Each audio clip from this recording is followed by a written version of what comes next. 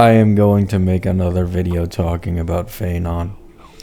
Now, if you guys watched my last video talking about V2 Feyen's beta, I said that I would absolutely love to advocate for him getting more QOL on his ult to allow him to have a higher ceiling and even possibly transfer some of the base speed boost he gets in his E1 into his base kit, as him consuming over 150 AV with one of his ults just doesn't really make any sense. I think it's just kind of stupid.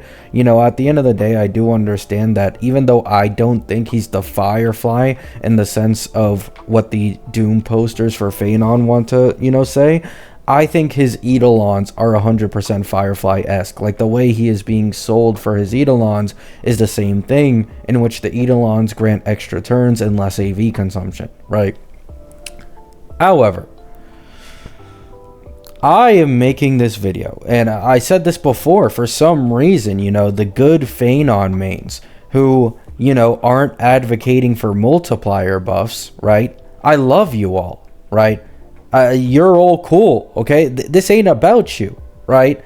I'm not hating on the ones who just want him to have a higher ceiling. They want a better, ult mechanic, a better way for it to work without any multiplier buffs. I am with you here, right?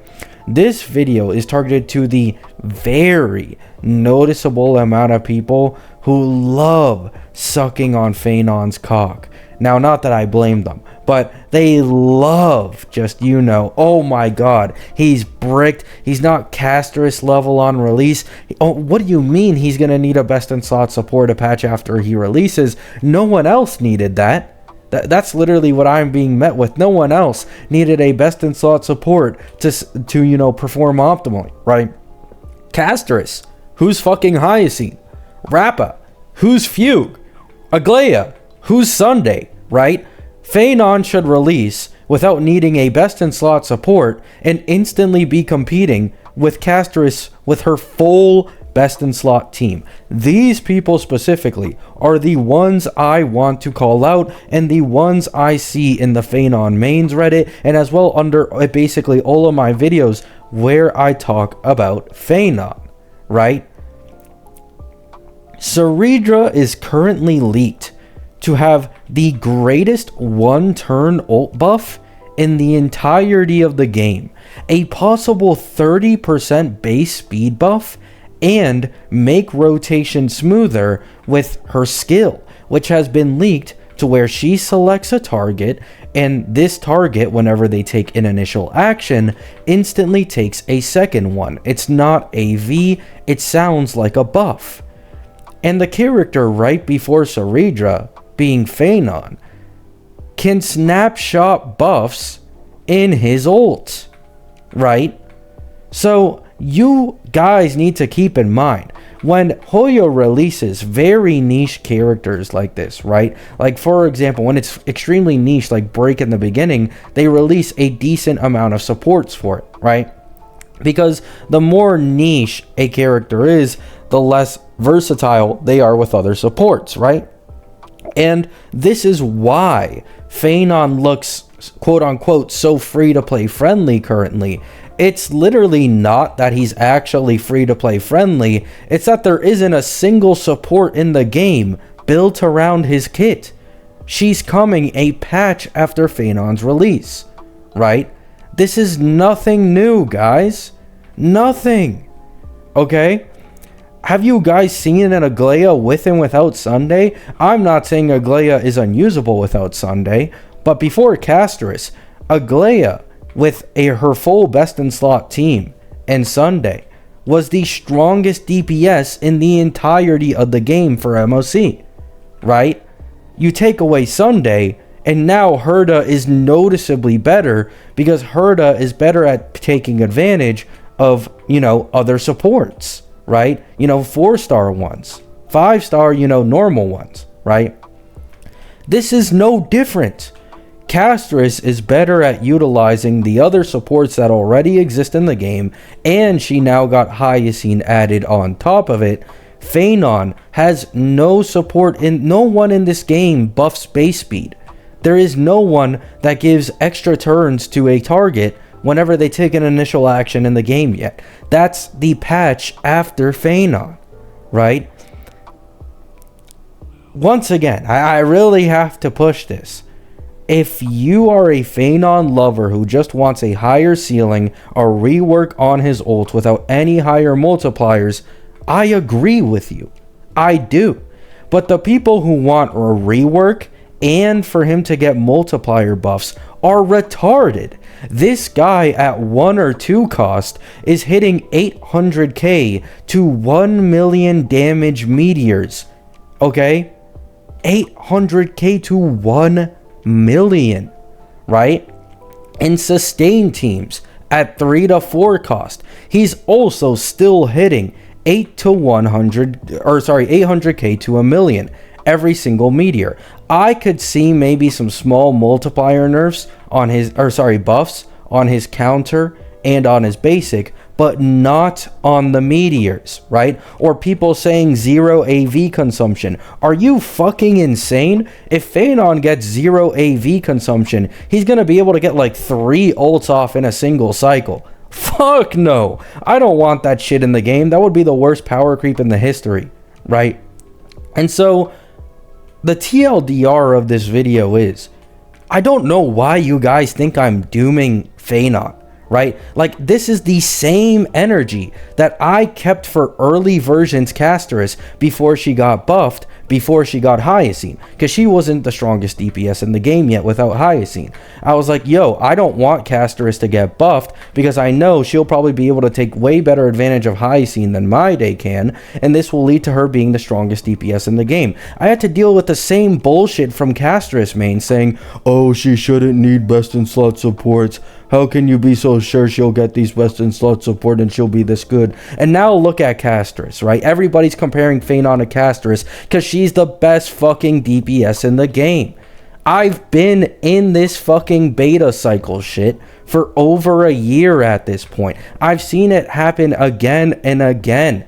Saridra is going to massively elevate Phaedon's performance. That is simply how it is. Hell, we've been getting leaks from leakers for months, okay? Months at this point. Not only saying that Phaedon would never truly shine without Saridra, like until he gets Saridra, he won't shine all that much as a good DPS, but as well saying that he is a premium team unit, right?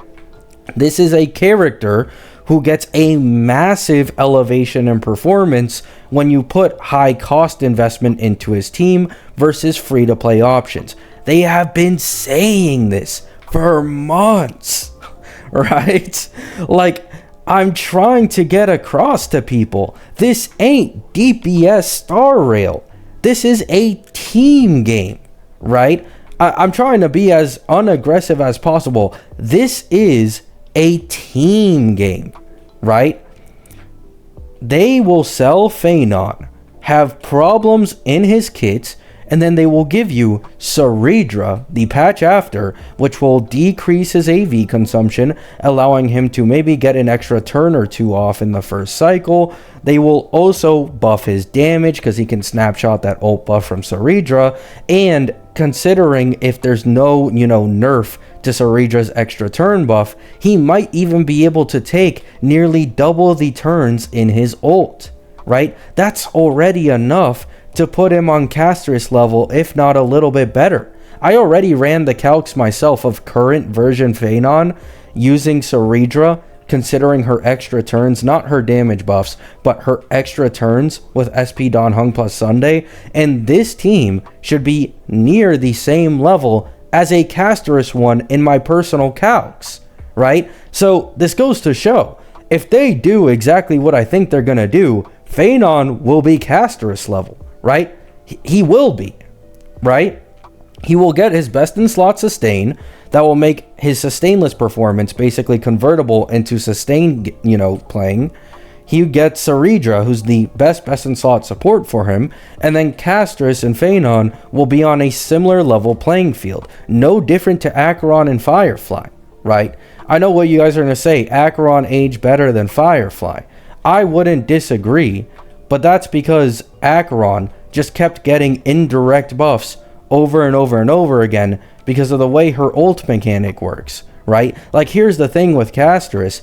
Castris can only receive at max, I believe, 12% charge for her ult per character on field that gets healed, right? So Hyacinth is obviously best in slot here, and I do think Castris, if Saridra ends up being Remembrance, would also be able to use Saridra, but no one will use Saridra anywhere near as good as Feyen can. Once again, I truly think the dooming for this guy is stupid. Just look at his animations, right? They've literally never given someone this good of animations and then bricked them to be worse than the previous characters, right?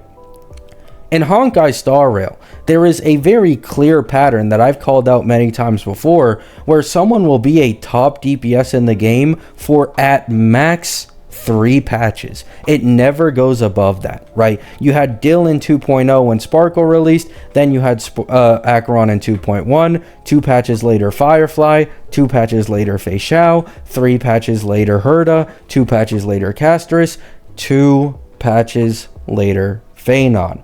And then March with Cyrene will likely be the ceiling for all version 3 DPSs.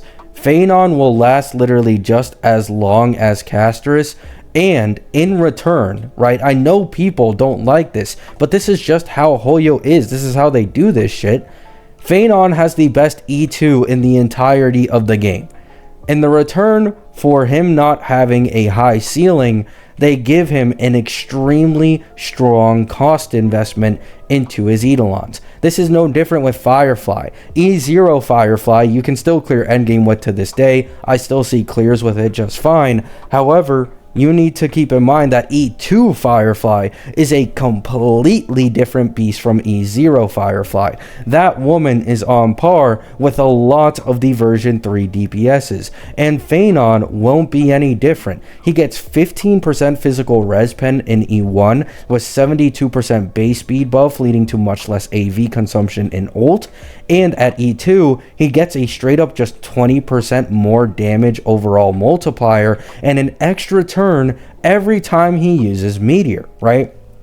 And the best part about this is, if Saridra's, buff that allows a target to take an extra turn works in Feyen's ult, it synergizes even more with his E2, leading to like 4 to 5 more meteors in his ult, right? So that's all I want to say. That's all I want to get across, a little bit of a vent video. Once again, I don't have a problem with this guy getting an ult rework, a higher ceiling, small multiplier buffs to his counter and basic. But people advocating for this guy to get like game-changing buffs that literally instantly put him near Castris level on release with no best in slot supports, knowing that SP, Dawn, Hung, and Saridra are made for him, are retarded. Like, this is stupid. You are advocating for an Acheron level power creep in version 3 when we are so close to having the best version in Honkai Star Rail's history in terms of DPS balancing, right? So that's all I want to say. I would like to mention, as someone who actually doesn't, care all that much about Feyen's power level, I'm pulling this guy literally no matter what. I don't care if he literally heals the enemies. I'm getting him E0 S1 and his best in slot team, right? I am 100% just pulling for this guy because I absolutely love him. But I am not going to sit here and be hypocritical after I shit on Castris in her earlier versions and use this same argument and then turn around for Feyen and say, nah, he's too weak, right? I'm going to ignore the best in slot supports that he's going to get in the future and only look at his current performance compared to Castris in a best in slot team. This guy's weak. This guy's ass, right? Anaxa, literally one of the best sustainless DPSs in the entirety of the fucking game. He's weaker than Anaxa, right? Mid in my opinion. I'm not going to do that. I simply can't stand to be that hypocritical, right? Love you all. Hope you have a great day. Hope you have a great night. I hope this can, get across to some of you guys. I don't think I can say any more on this topic. V3 is soon anyways, so the next Phaenon video I'll make, if there are, you know, significant changes on Phaenon, will be in V3, right? Yeah, I mean, that's all I have to say. Once again, to the Phaenon cocksuckers, I don't blame you. It probably tastes good, but we need to, you know, kind of tone it back a little bit and maybe think a little ahead when it comes to these characters.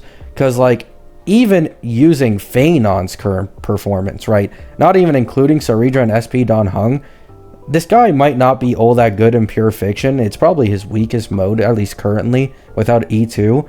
But APOC in MOC, even with his current performance, he'd be able to clear endgame content for like a year plus. Just his current performance, 100% I could see him clearing endgame content for a year plus. So I think with Saridra plus, you know, the full best in slot team, this is like a 2-year long character near it, right? Love you all. Hope you have a great day. Hope you have a great night. Peace out.